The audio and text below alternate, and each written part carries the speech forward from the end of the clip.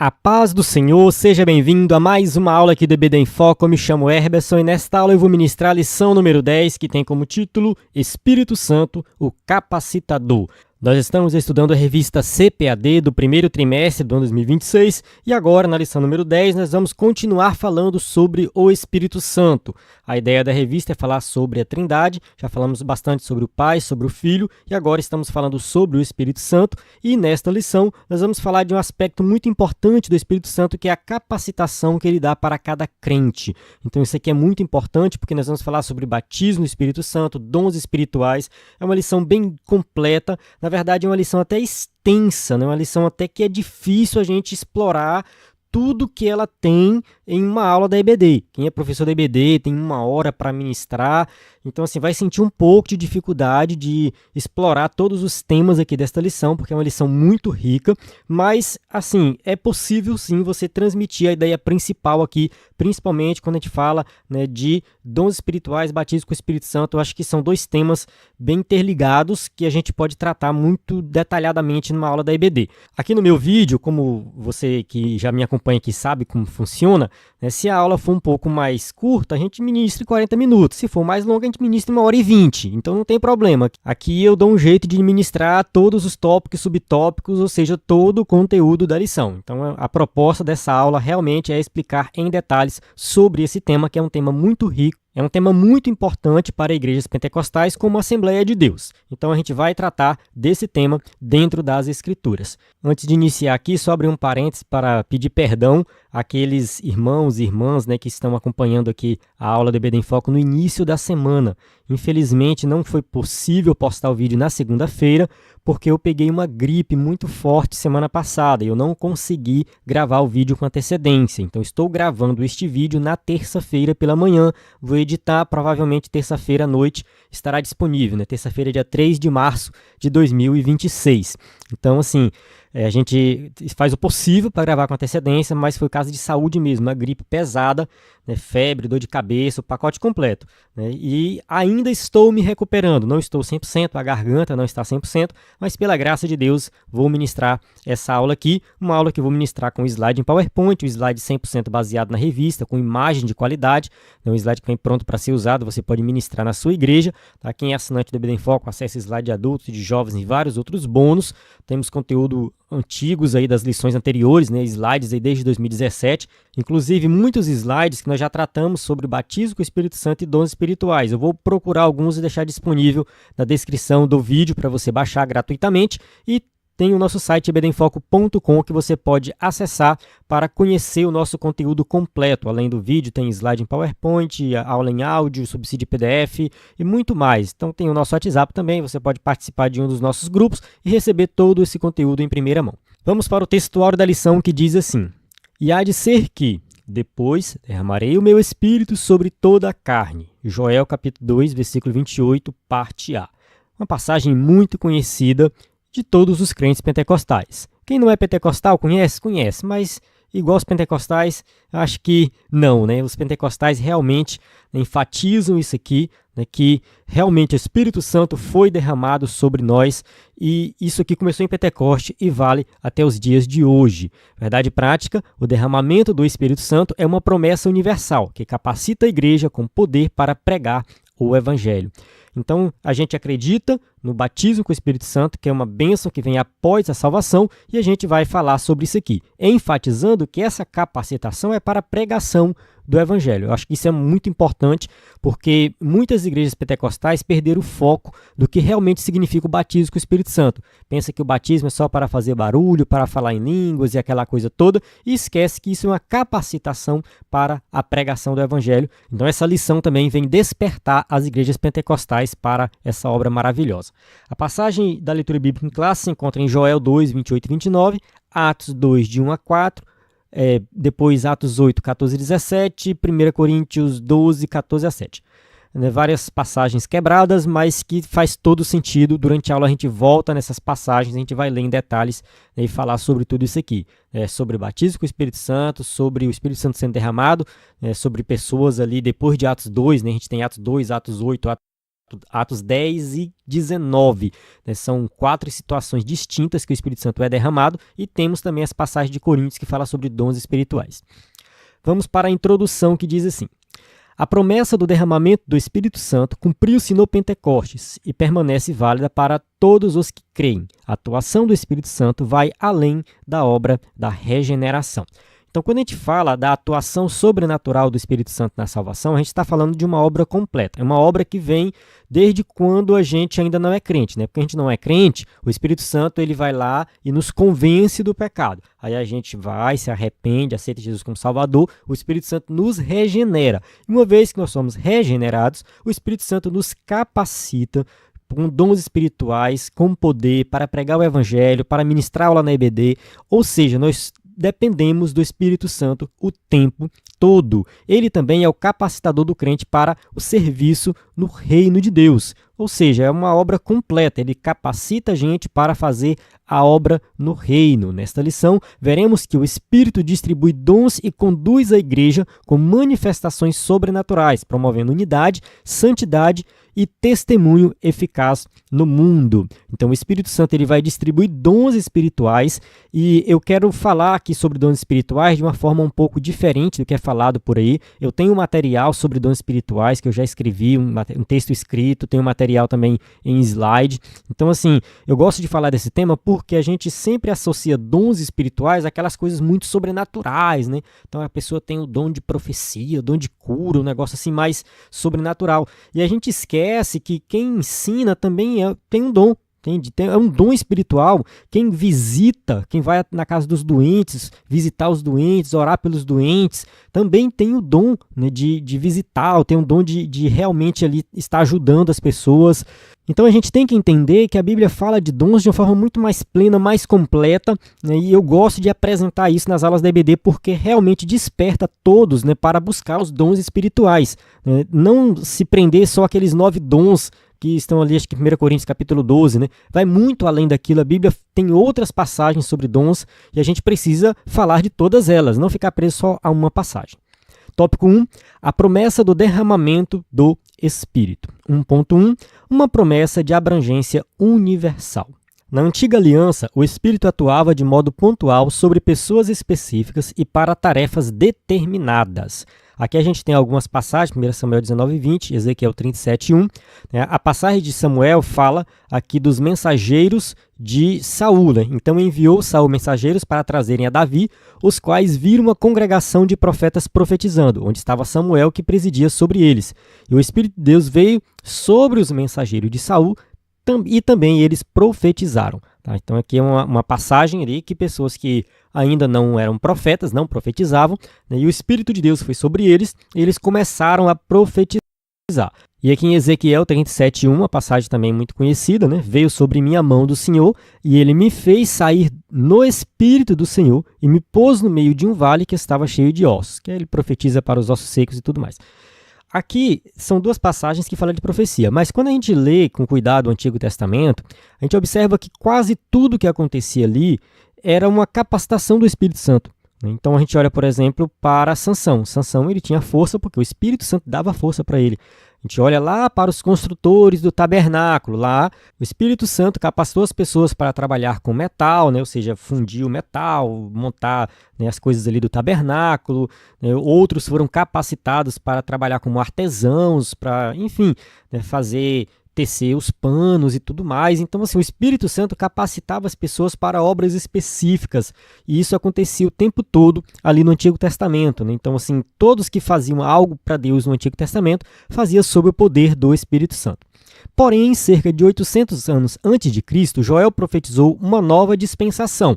Joel capítulo 2, versículo 28, parte A, e há de ser que depois derramarei o meu Espírito sobre toda a carne. Então, a promessa que tem no Antigo Testamento é que o Espírito Santo não vai ser mais derramado de forma pontual, mas ele vai ser liberado para todos, para quem quiser.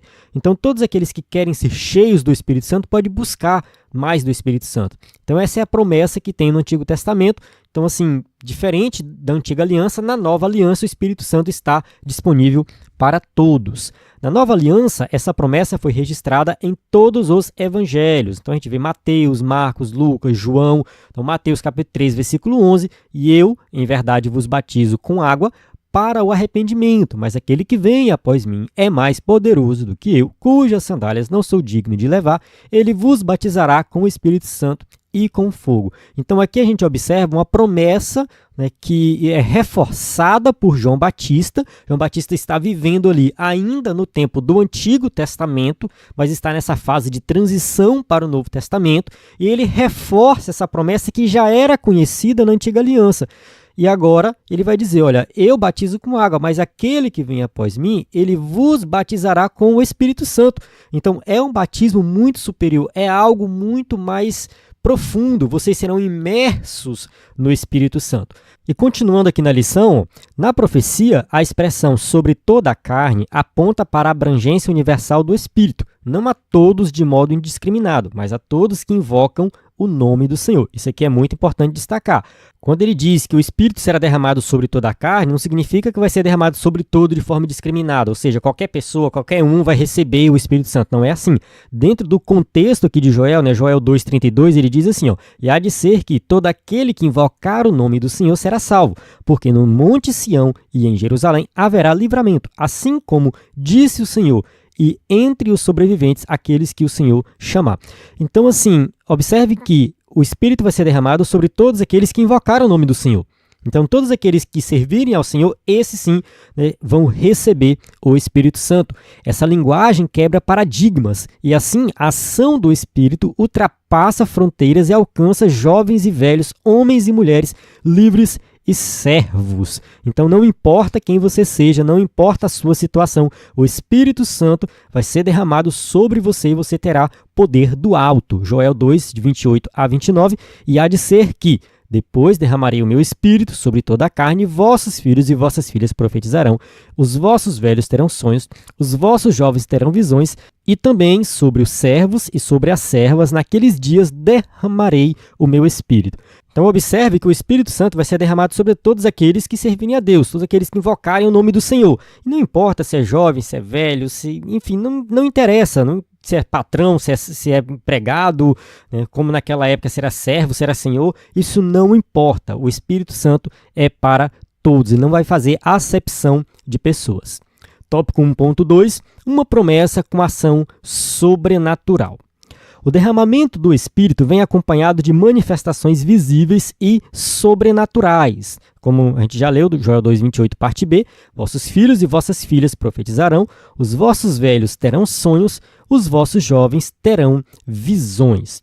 Então, observe que aqui está falando de algo sobrenatural que vai acontecer. Então, as profecias, sonhos, visões revelam a atuação do Deus vivo entre o seu povo. Significa que Deus está se revelando para o seu povo, Deus está mostrando coisas sobrenaturais para o seu povo que, de forma natural, nós não conseguiríamos enxergar.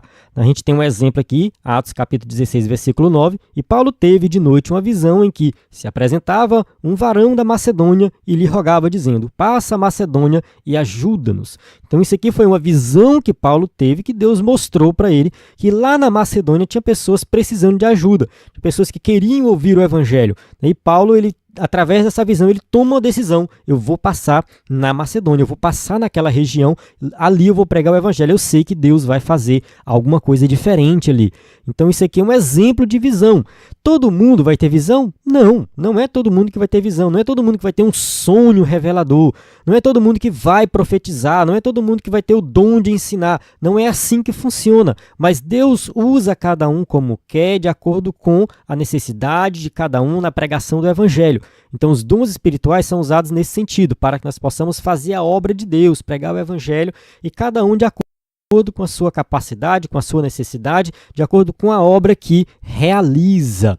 São experiências extraordinárias que servem de edificação espiritual. Elas indicam que a vida cheia do Espírito é ativa, dinâmica e sensível à voz de Deus. 1 Coríntios capítulo 14, versículo 26, que fareis, pois, irmãos, quando vos ajuntais, cada um de vós tem salmo, tem doutrina, tem revelação, tem língua, tem interpretação, faça-se tudo para a edificação.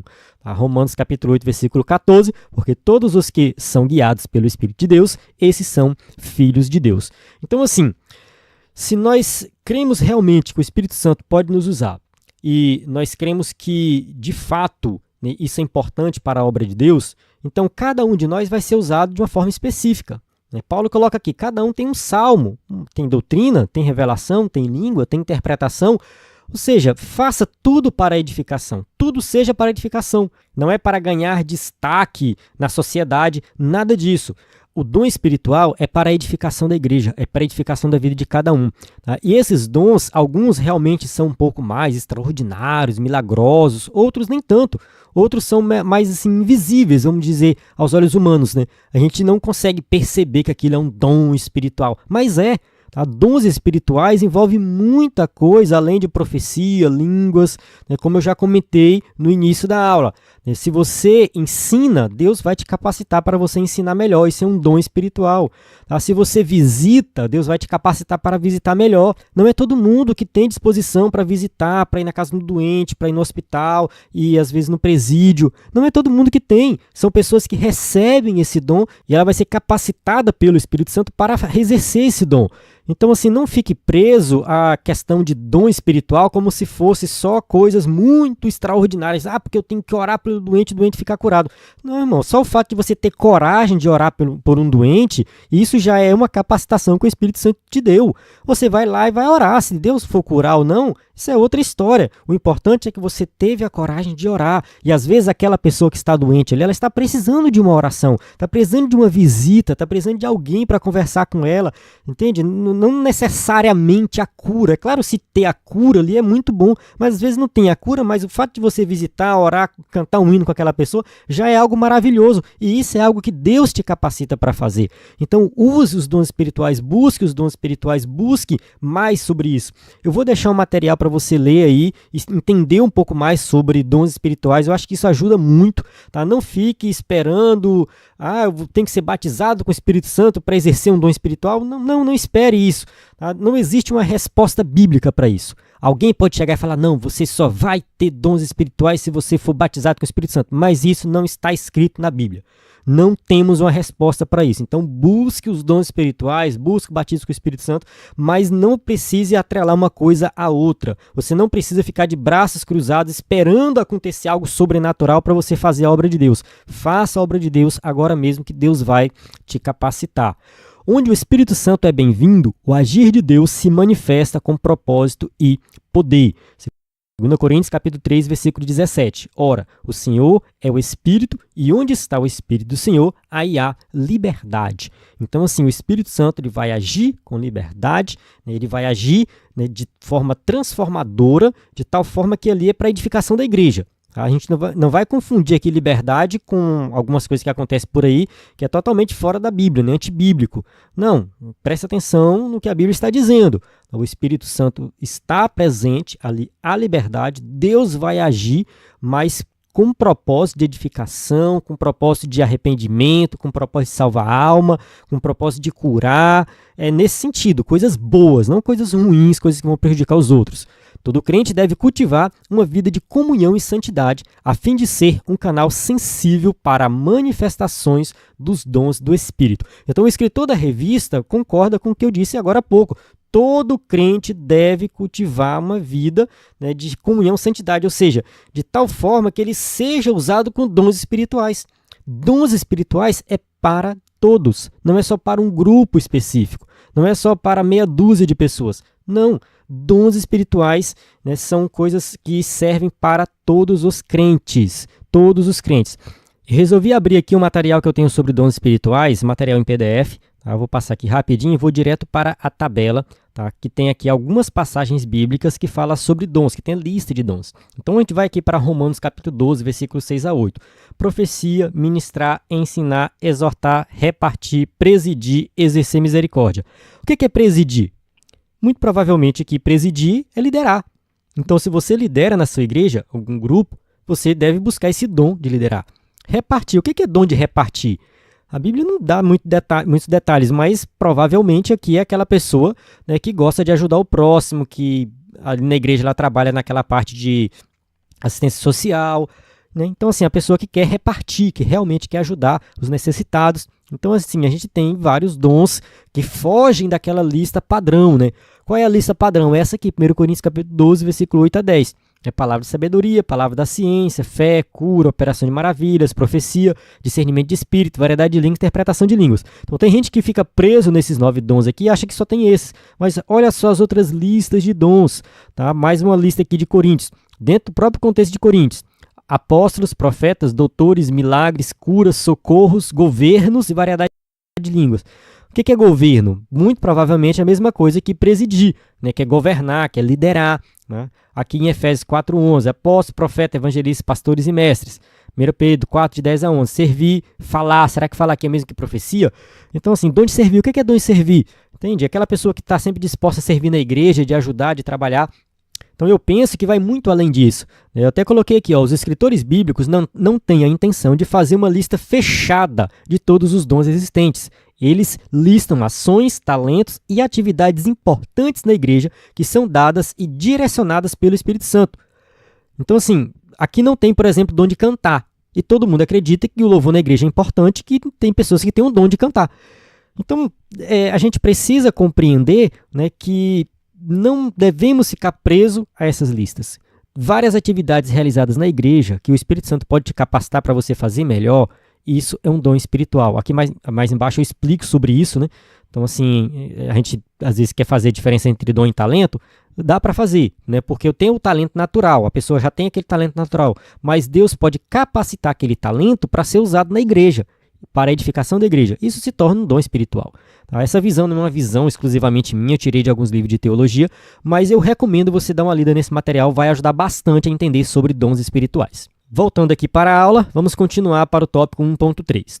Uma promessa para os últimos dias. A palavra profética aponta para um tempo específico. Naqueles dias, derramarei o meu espírito. Joel 2,29, parte B. Quais são esses dias? Que dia é esse, né?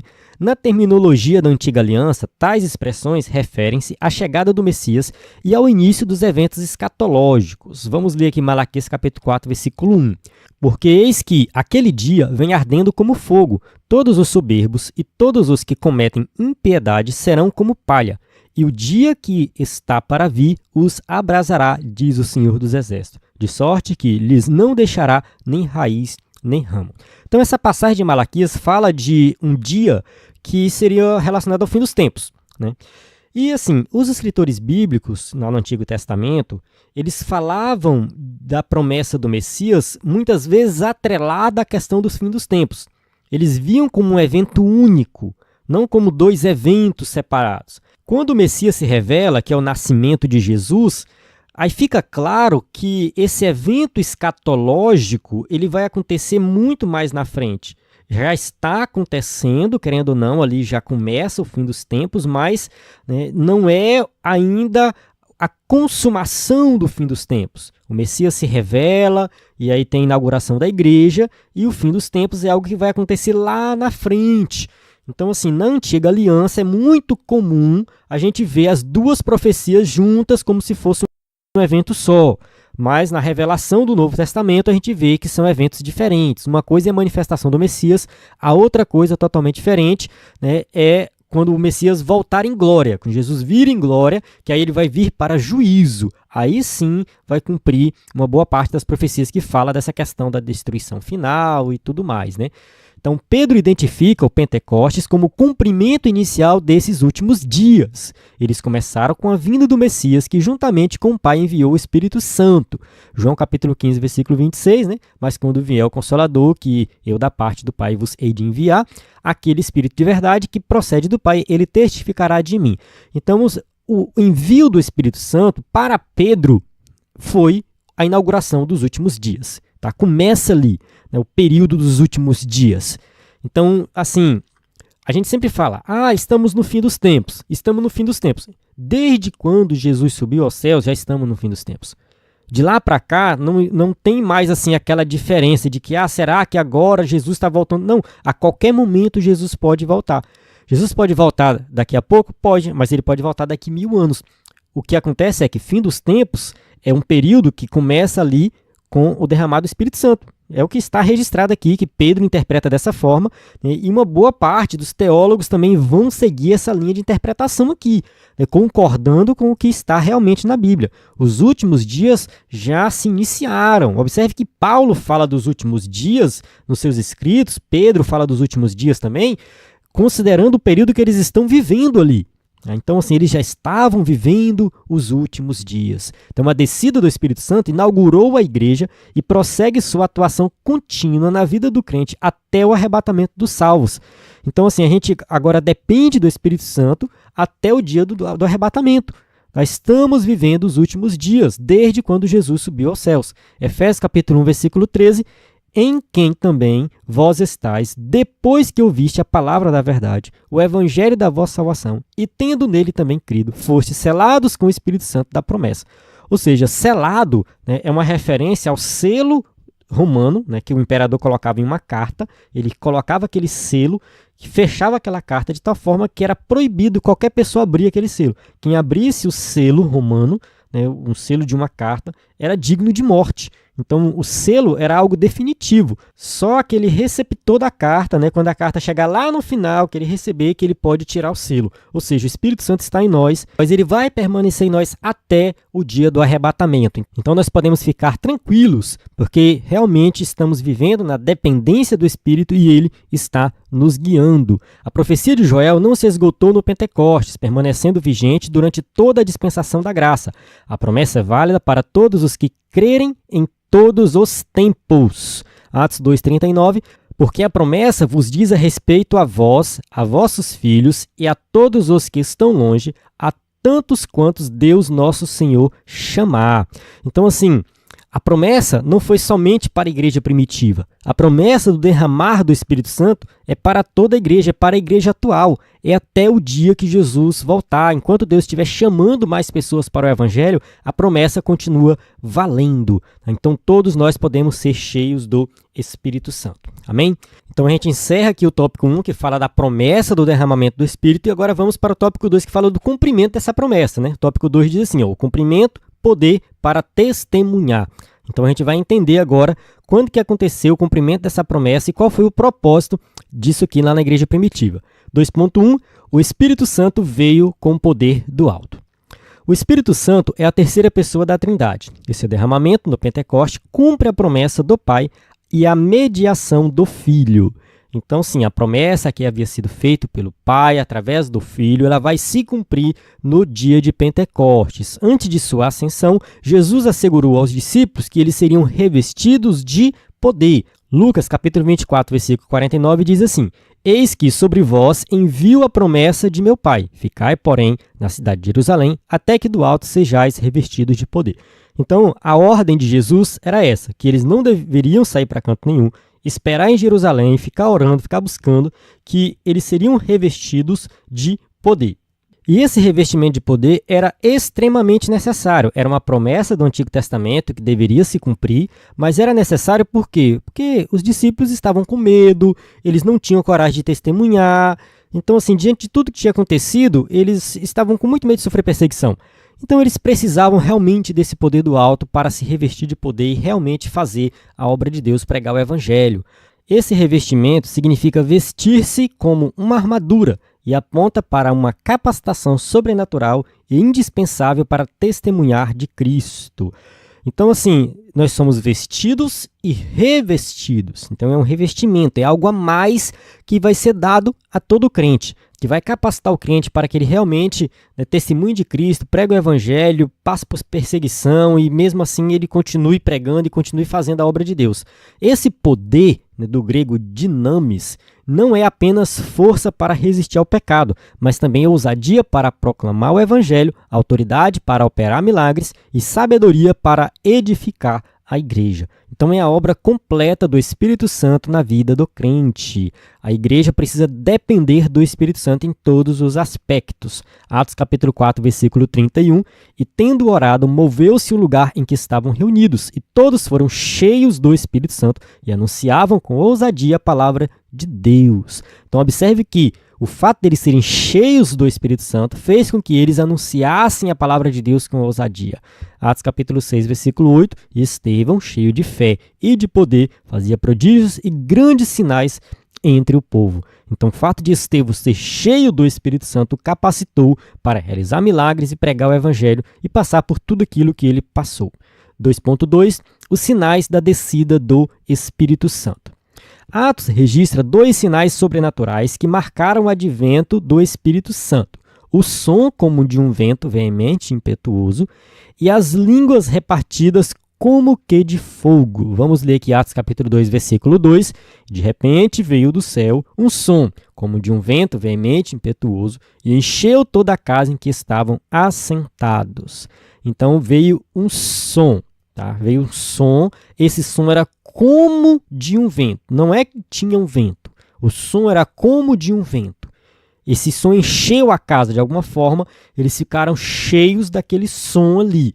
Então a gente às vezes imagina um vento, mas a comparação aqui é como de um vento, não que tinha de fato um vento. Atos capítulo 2, versículo 3, e foram vistas por eles línguas repartidas como que de fogo, as quais pousaram sobre cada um deles. Essa questão das línguas repartidas como que de fogo também é algo difícil de entender. As línguas eram como que de fogo. Então, a língua de fogo, como que é essa língua de fogo? Nós não sabemos também, mas é uma comparação aqui. Isso aqui eu penso da seguinte maneira: é o escritor bíblico humano usando palavras humanas para descrever algo que não é humano, para descrever algo sobrenatural, para descrever algo que está muito além do alcance da nossa capacidade de compreender. A gente não tem a capacidade de compreender isso por completo. Por isso que o escritor da revista usa essa linguagem humana para traduzir, tentar traduzir, mas ele não consegue. Como que a gente vai entender isso aqui? Não tem como entender. Simplesmente a gente precisa crer, né? O vento e o fogo enfatizam a grandeza da ocasião e são sinais audíveis e visíveis da chegada do Espírito. O som, como de um vento, simboliza a presença criadora de Deus. Então aqui o escritor da revista vai buscar na obra criadora de Deus, né, a questão do vento, né, e aí mostrar que tem essa relação. Mas a gente não sabe exatamente, né, como que era, porque muito provavelmente não tinha um vento. Tá? A comparação é que o som era como de um vento. As línguas como que de fogo são sinal de purificação e consagração. Aí também isso aqui é uma explicação que o escritor da revista vai trazer, que a gente também não sabe, né, mas é uma possível explicação. Tá? Mateus 3,11, que a gente já leu anteriormente, né, e eu, na verdade, vos batizo com água para o arrependimento, mas aquele que vem após mim é mais poderoso do que eu. Não sou digno de levar as suas sandálias, ele vos batizará com o Espírito Santo e com fogo. E essa passagem aqui de Mateus é uma passagem também um pouco polêmica, porque, assim, se a gente for parar para pensar, o fogo aqui não tem relação nenhuma com o fogo lá das línguas. Eu particularmente não vejo, tá? Essa relação direta, né? Lá é uma comparação, ele fala línguas como que de fogo. Aqui João Batista fala que ele vos batizará com o Espírito Santo e com fogo. Aí aqui tem uma polêmica muito assim, interessante. Eu acho interessante essa polêmica, porque assim, alguns gostam de dizer que são 2 batismos diferentes. Um é o batismo com Espírito, o outro é o batismo com fogo. E o batismo com Espírito seria de fato aquilo que aconteceu lá em Atos capítulo 2. Ali é o batismo com o Espírito Santo. O batismo com fogo já é um outro batismo simbolizando condenação. Como assim é condenação? Se a gente lê o versículo 12, fala assim, ó, ele traz a pá em sua mão e limpará sua eira, juntando seu trigo no celeiro, mas queimará a palha com fogo que nunca se acaba. Então, observe que após ele falar que vai batizar com o Espírito Santo e com fogo, ele fala de uma pá que vai limpar e que vai queimar, né? Ou seja, mas queimará a palha com fogo que nunca se apaga. Parece ser um fogo de juízo, né? Um fogo que nunca se apaga. Então, será que realmente aqui ele está falando de 2 batismos, né? O batismo com o Espírito Santo simbolizando ali realmente a capacitação do crente, né, que é o que acontece em Atos 2, mas esse batismo com fogo já é aqueles que serão condenados, né? Ou seja, está falando de uma condenação para aqueles que rejeitarem o evangelho.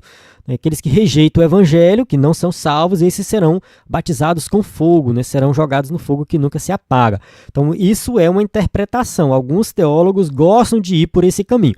Já outros teólogos vão pelo caminho de que o batismo com o Espírito Santo e com fogo é o mesmo batismo, e o fogo aqui simboliza purificação. Tá? Nesse sentido que o escritor da revista colocou aqui, o fogo é um sinal de purificação e consagração. E, assim, para que não fique somente entre os pentecostais aqui o debate, né, o pastor Hernando Dias Lopes, que não é pentecostal, ele interpreta o fogo aqui como um fogo de purificação. Né, como ele coloca espírito e fogo como sendo o mesmo batismo. Tá? O pastor Hernando Dias Lopes ele vai puxar por esse lado aí, de que realmente né, é o mesmo batismo, mas é uma purificação. Eu não vou tomar partido aqui nessa interpretação, né, qual das duas é a mais correta, realmente eu vejo coerência nas duas, mas eu gosto muito da ideia que realmente no batismo com o Espírito Santo nós somos também purificados. No batismo com o Espírito Santo nós somos também renovados, enfim, né, tem uma limpeza, querendo ou não, dentro de nós, e isso né, traz algo vivo, né? A ideia do fogo, de nos deixar mais vivos e fazer a obra, eu acho que isso também, isso me atrai um pouco para essa interpretação relacionada à purificação. Mas vamos lá. Esses sinais particulares não se repetiram posteriormente nos batismos do Espírito Santo subsequentes, pois se tratava de um evento solene único. Então, observe que o derramado do Espírito Santo, de forma sobrenatural, acontece em Atos capítulo 2, Atos 8, 10 e 19. Tá? São 4 ocasiões diferentes.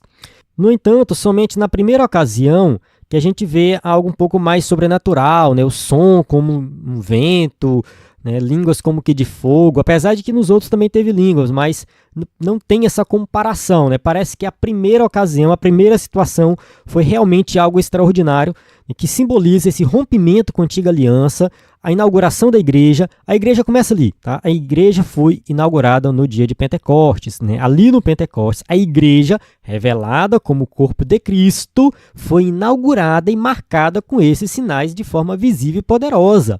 Então, esses sinais visíveis ali, poderosos, algo extraordinário, realmente ele foi necessário porque ele marca a inauguração da igreja e o rompimento com a antiga aliança.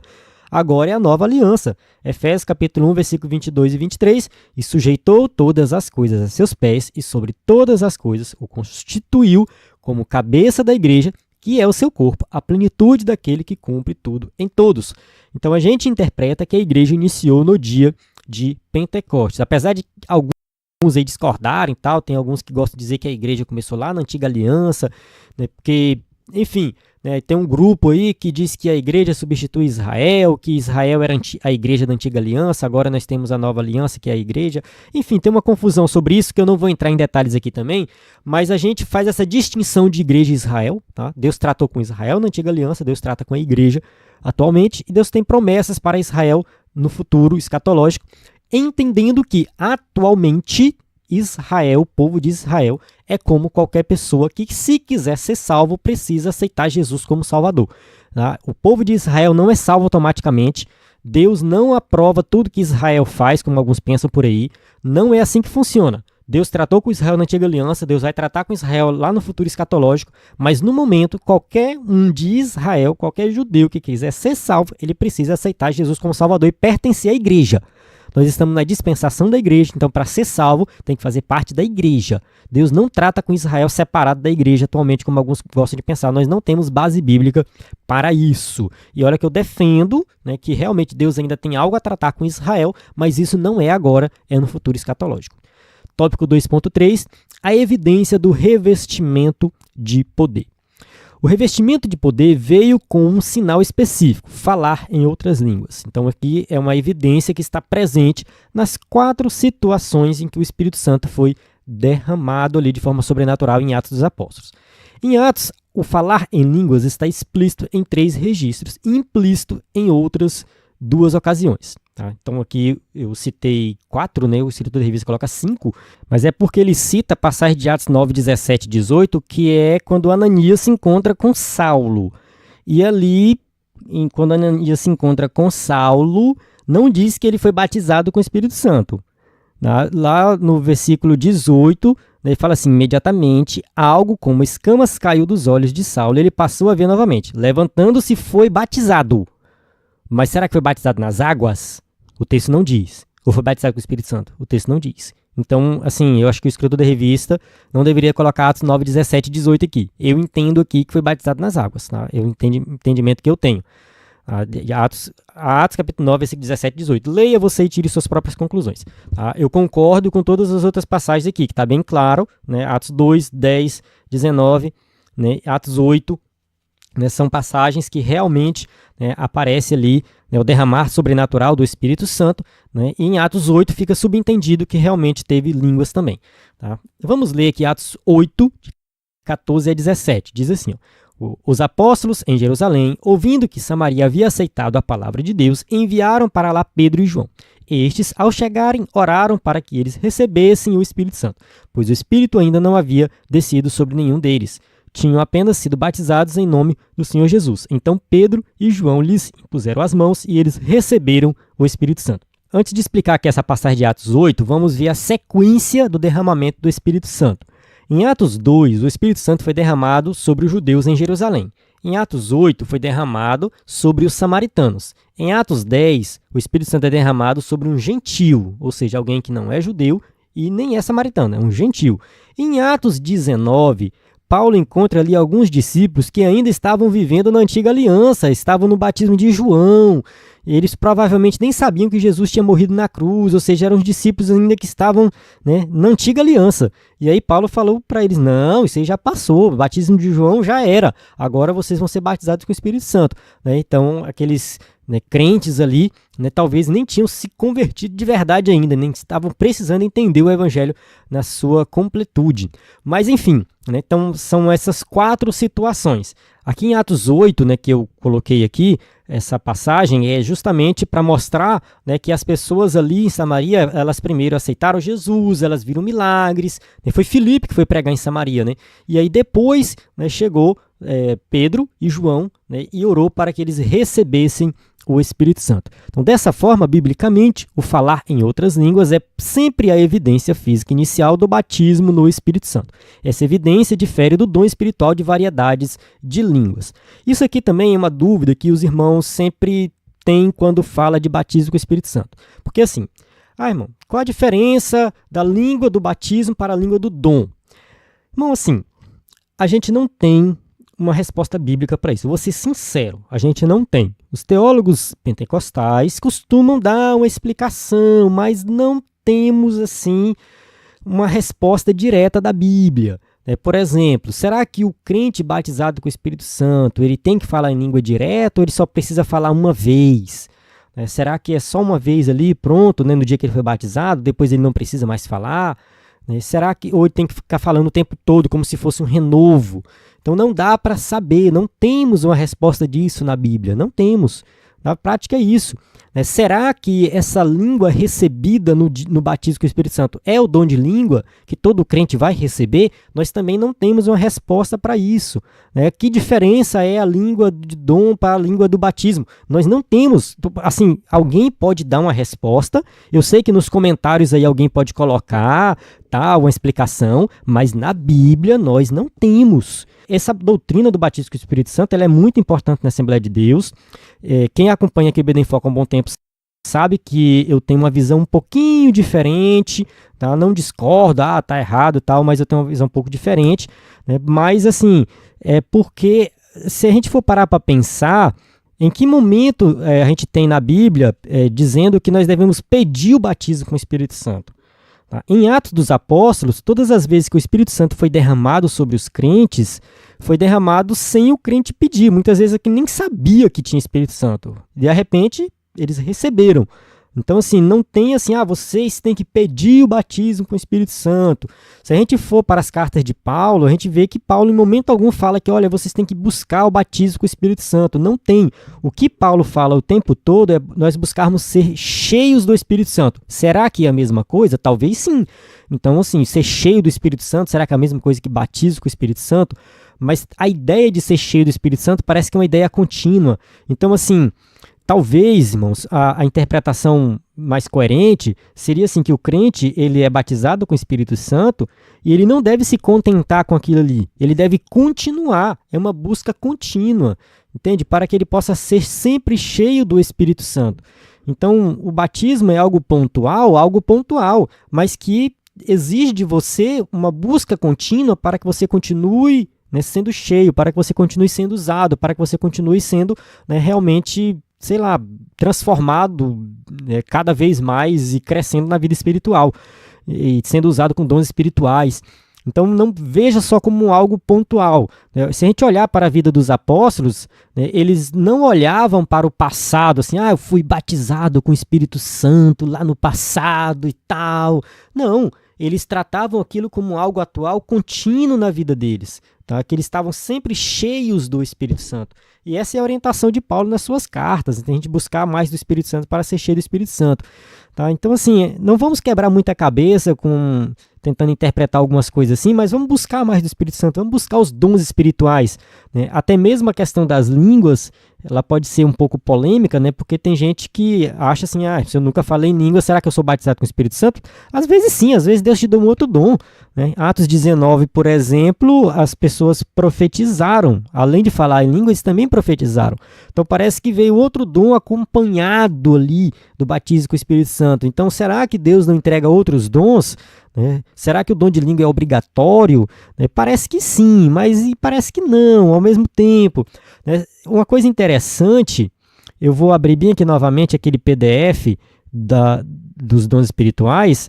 Se você observar, por exemplo, aqui no Coríntios 12 tem interpretação de línguas, variedade de línguas. Aqui, de novo, fala de novo de variedade de línguas. Então, assim, 2 lugares repete, né?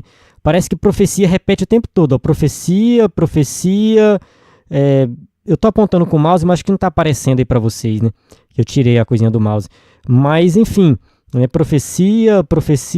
Parece que o dom de profecia ele se repete com mais frequência do que de variedade de língua. E o que é o dom de profecia? Eu tenho um vídeo também falando sobre o dom de profecia que eu acho bem interessante, seria bom você assistir esse vídeo.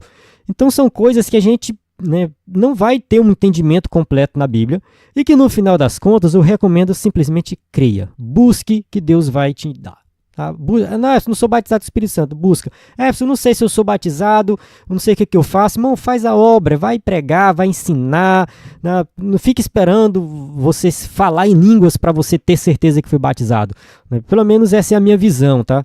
Tem gente que fica estagnado, parado, não faz a obra, não faz nada porque nunca falou em línguas. Aí se Deus não te deu a capacidade de falar, não deu o dom de língua, Deus te deu outros dons, Ele quer te usar de outra forma, então vai lá e faça. Não fique preso a um sistema teológico, tá? Isso é um sistema teológico, é uma interpretação teológica. Tem outras interpretações. Então se você se prende a uma interpretação, você pode ficar estagnado, tá? Então toma muito cuidado para não ficar estagnado na vida espiritual por causa de uma interpretação teológica. Tá? Não, mas eu creio que o batismo com o Espírito Santo existe e que eu devo ser batizado. Eu sei, continue buscando, mas não fique estagnado nisso. Tá? Evolua na vida espiritual, busque outras coisas. Acredite que Deus pode te usar de várias formas diferentes. Amém? Continuando aqui. Este último dom requer interpretação para a edificação da igreja, porém o falar em línguas, como batismo ou renovação, não requer interpretação. Então aqui a questão da interpretação das línguas, que é um outro dom, eu não vou entrar em detalhes aqui. Então, na experiência da salvação em Cristo, todo crente é selado com o Espírito. Porém, no batismo, no Espírito Santo, todo crente é revestido de poder. Então, Efésios capítulo 1, versículo 13 e 14, em quem também vós estáis depois de ouvistes a palavra da verdade, o evangelho da nossa salvação. E tendo nele também crido, fostes selados com o Espírito Santo para a promessa, o qual é o penhor da nossa herança para a redenção da possessão adquirida para louvor da sua glória. Então, o selo do Espírito Santo é algo que está em nós. Todo crente salvo é selado com o Espírito Santo, e o revestimento de poder, batismo com o Espírito Santo, é algo a mais, é algo além.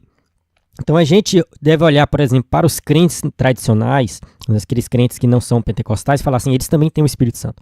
Eles também são cheios do Espírito Santo. Deus também está na vida deles, está usando eles. Não é só os pentecostais que têm o Espírito Santo, não. Todo crente de verdade, seja na igreja tradicional, seja na igreja pentecostal, tem o Espírito Santo. Amém? Vamos para o tópico 3, a continuidade do derramamento do Espírito. 3.1, a extensão da promessa do Espírito. Pedro exorta seus ouvintes ao arrependimento, ao batismo nas águas e lhes assegura: recebereis o dom do Espírito Santo. Essa frase precisa ser entendida à luz do seu contexto, né? Que dom é esse? Né? Qual o dom que Pedro está falando? O dom do Espírito refere-se ao cumprimento, à profecia de Joel e à promessa de Jesus a respeito do revestimento de poder. Então, assim, a profecia de Joel e o que Jesus prometeu, que nós seríamos revestidos de poder, isso aqui é o dom do Espírito Santo. Esse dom não ficou restrito ao Pentecostes, mas é estendido aos crentes de todas as épocas, a vós, a vossos filhos e a todos os que estão longe. Atos capítulo 2, versículo 39. Então Pedro deixou bem claro que a promessa não é somente para eles ali. Não é só nós que vamos nos beneficiar dessa promessa, que é para todos nós, para todas as nossas futuras gerações, né? Então, na casa de Cornélio, a regeneração ocorreu pela fé em Cristo e o batismo no Espírito Santo precedeu o batismo nas águas. Essa situação aqui na casa de Cornélio é bem interessante, porque, de fato, Pedro foi pregar para gentios, pessoas que não eram judeus, que ainda não conheciam o Evangelho. Pedro chegou lá, pregou para eles, e antes deles serem batizados nas águas, eles foram cheios do Espírito Santo. Vamos ler aqui Atos capítulo 10, versículo 44 a 46.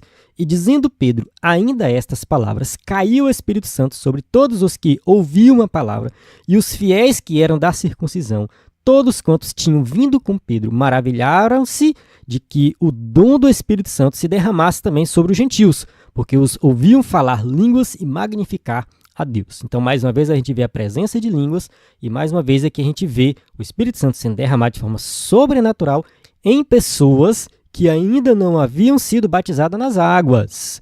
Então, isso aqui também tira dúvida de muita gente. Ah, eu não fui batizado nas águas, será que eu posso ser batizado do Espírito Santo? Pode, né? Porque, assim, não chegou um batismo na sua igreja, não chegou o momento lá de batizar ainda, mas se você é salvo em Cristo Jesus, né, a salvação é algo que acontece no nosso coração, é pela fé. Entende? Assim, você é salvo em Cristo Jesus, né, você crê, né, você, enfim, teve o seu coração transformado, você não batizou ainda, porque não é porque você não quis batizar, tá? É porque não chegou o momento de batismo na sua igreja, você vai passar por um discipulado e tudo mais, mas se você já tomou essa decisão no seu coração, você já é salvo. Então você pode sim ser cheio do Espírito Santo, você pode ter dons espirituais, ser usado, né, pelo poder de Deus. Em Samaria e Éfeso foi derramado após a conversão. Esse revestimento de poder é algo distinto do novo nascimento. Atos capítulo 19, versículo 2, e disse-lhes, recebeste vós já o Espírito Santo quando crestes? E eles disseram, nós nem ainda ouvimos que haja Espírito Santo. Isso aqui é os crentes lá de Éfeso que ainda estavam no batismo de João, né? Não, nós somos batizados no batismo de João, a gente está vivendo a época de João Batista aqui ainda. E aí Paulo falou para eles, não, vocês estão muito atrasados ainda, a gente já passou aquela época de João Batista, agora já estamos na nova dispensação, né? Aí Atos capítulo 19, versículo 6, impondo-lhes Paulo as mãos, veio sobre eles o Espírito Santo e falavam línguas e profetizavam. Então ali, né, eles receberam o Espírito Santo e observe que além das línguas teve também profecia. Então significa que Deus pode dar outros dons além das línguas ou quem sabe não dá línguas e dá outro dom. Será que é possível?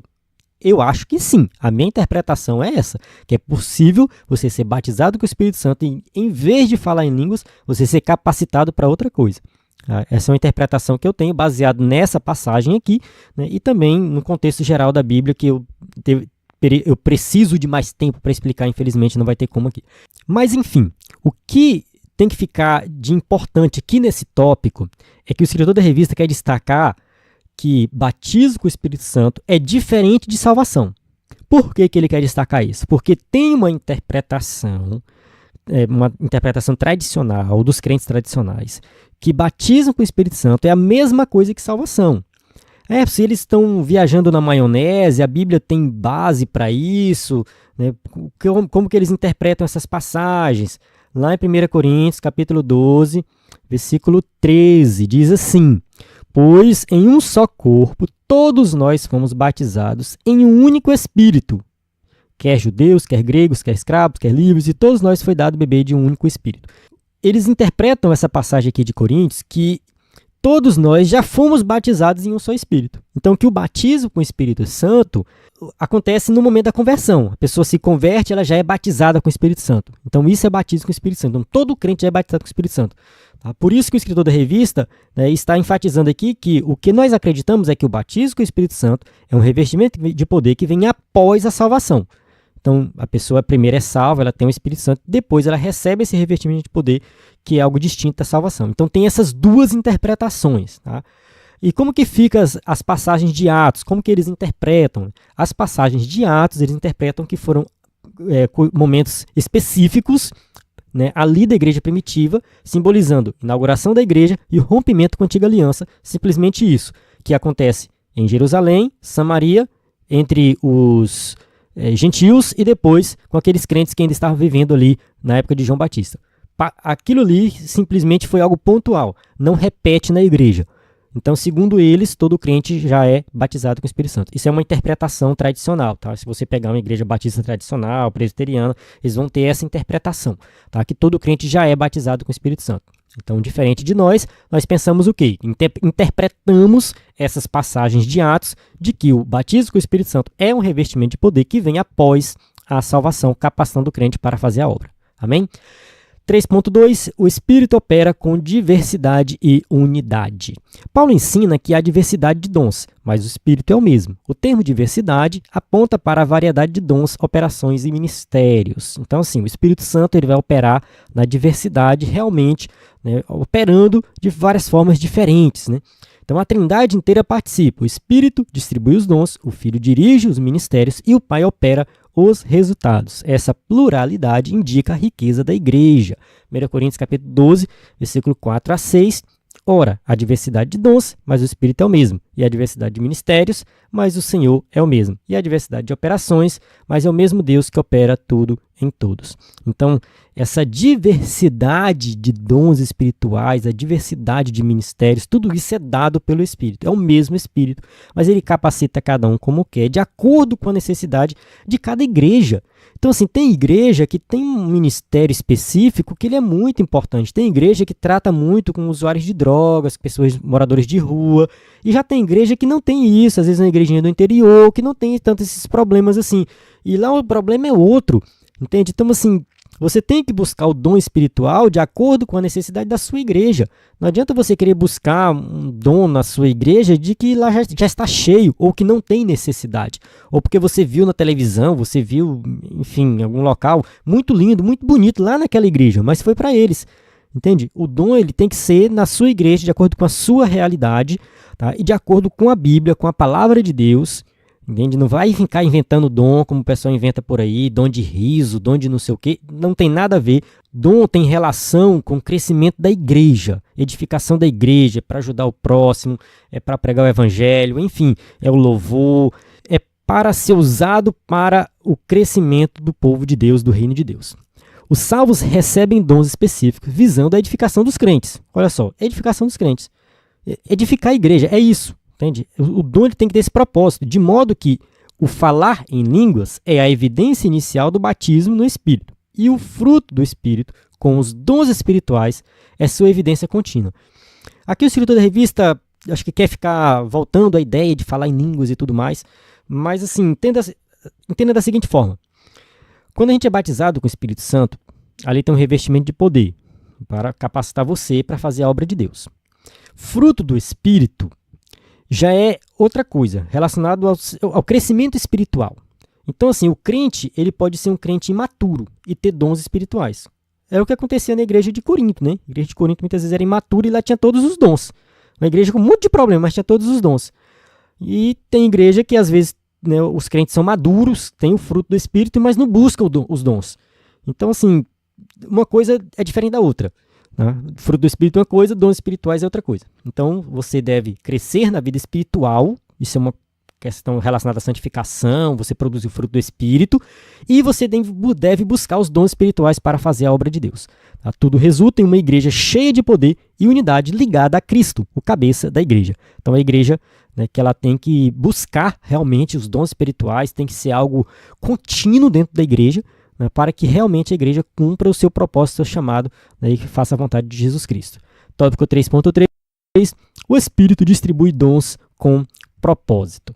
Os dons não são para a ostentação pessoal, mas para o serviço do reino, edificação da igreja e glorificação de Cristo. Então, muita coisa que está aqui nesse tópico eu já falei anteriormente, mostrei o material, né, que eu tenho aqui sobre dons. Então, vai ficar um pouco repetitivo para quem está assistindo a aula aí do começo ao fim, mas eu vou continuar explicando aqui. A 1 Pedro 4,10, servir uns aos outros, cada um conforme o dom que recebeu, como bons despenseiros da multiforme graça de Deus. Então, assim, a multiforme graça de Deus significa que a graça de Deus age de forma múltipla, né, de acordo com a necessidade de cada um, com a necessidade da igreja. Então, exerça esse dom na obra de Deus. 1 Coríntios 14,12, assim também vós, como desejais dons espirituais, procurai abundar neles, para a edificação da igreja. Então, pense dessa forma. Não é para ostentação, não é para querer ser melhor do que os outros, ter destaque, postar nas redes sociais, nada disso. É para a edificação da igreja. O Espírito os distribui com o propósito para o que for útil e os reparte soberanamente a cada um como quer. Os dons são graças espirituais concedidas e controladas pelo Espírito Santo. Então, assim, é a graça de Deus agindo na igreja. Romanos capítulo 12, versículos 6 a 8, de modo que, tendo diferentes dons, segundo a graça que nos é dada, se é profecia, seja ela segundo a medida da fé. Se é ministério, seja ministrar. Se é ensinar, haja dedicação ao ensino. Ou o que exorta, use esse dom em exortar. O que reparte, faça com liberalidade. E o que preside, com cuidado. E o que exercita misericórdia, com alegria. Então, assim, use cada dom, né, de acordo com o seu chamado, de acordo com o que realmente o seu propósito ali na obra de Deus. Então, assim, a gente está falando para professores da EBD, né? Então, se é ensinar, que haja dedicação no ensino.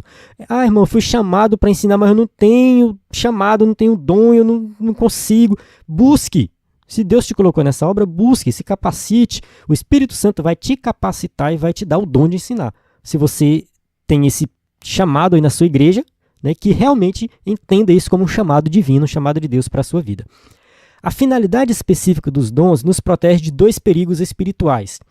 Vamos lá, quais são esses perigos? Primeiro, a soberba, que transforma o dom em motivo de vanglória. Então, Filipenses 2,3, nada façam por ambição egoísta ou por vaidade, mas humildemente considerem os outros superiores a vocês mesmos. Então, observe que aqui a orientação é essa, né? Jamais faça qualquer coisa por ambição egoísta, mas que é para servir, é com humildade. Então, use o dom nesse sentido, né?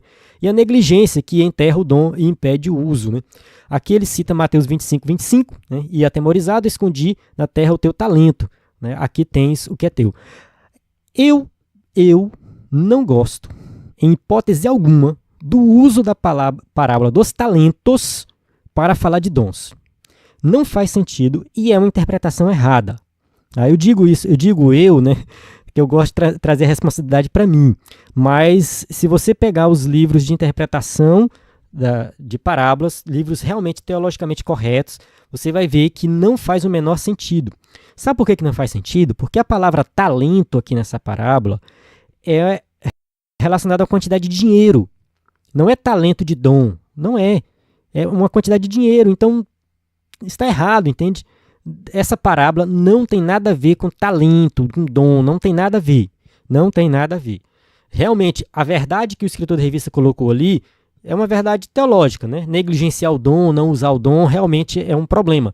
Mas essa parábola não serve para explicar isso. Devido ao tempo também não consigo. Vou ver se eu encontro um material aqui e deixo disponível para você dar uma lida.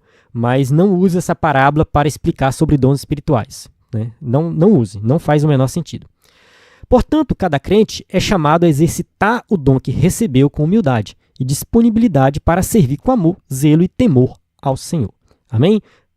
Você que vai ministrar essa aula, depois dê uma lida em Romanos 12,3, Colossenses 3, 23 e 24, né, e faça essa aplicação na sua vida. Né? Exerça o dom com humildade e responsabilidade para servir na sua igreja. Amém? Chegamos na conclusão da aula que diz assim: o Espírito Santo é o capacitador divino prometido aos que creem. Ele atua em cada geração com poder, dons espirituais e direção. Desde o Pentecoste, sua presença é real e contínua. O crente pentecostal vive não apenas no Espírito, mas pelo Espírito, como testemunha viva do poder de Deus no mundo. Portanto, cada cristão regenerado é chamado a viver na plenitude do Espírito. Amém? Então, chegamos aqui no final, conclusão que realmente resume o que nós estudamos nessa lição, né? Cada geração é chamada para, né, realmente fazer a obra de Deus, né, e trabalhar no reino, com poder, com dons espirituais, né? O batismo com o Espírito Santo não foi somente para a igreja primitiva, é para a igreja atual. Então, o crente atual, ele deve buscar ser cheio do Espírito Santo, buscar dons espirituais e fazer a obra de Deus. Amém? Eu encerro aqui a aula. Tem aqui as perguntas para quem vai usar o slide na igreja. E mais uma vez, reforçando o nosso site, ibdemfoco.com, o nosso WhatsApp. Sempre dê uma olhada na descrição do vídeo. Muito material que eu prometi aqui, eu vou deixar na descrição, vou enviar nos grupos. Então você pode acessar e, enfim, estudar de forma mais profunda. Então, na plataforma EBD em Foco, você tem tudo o que precisa para ministrar uma aula de excelência na EBD. A paz do Senhor, até a próxima aula.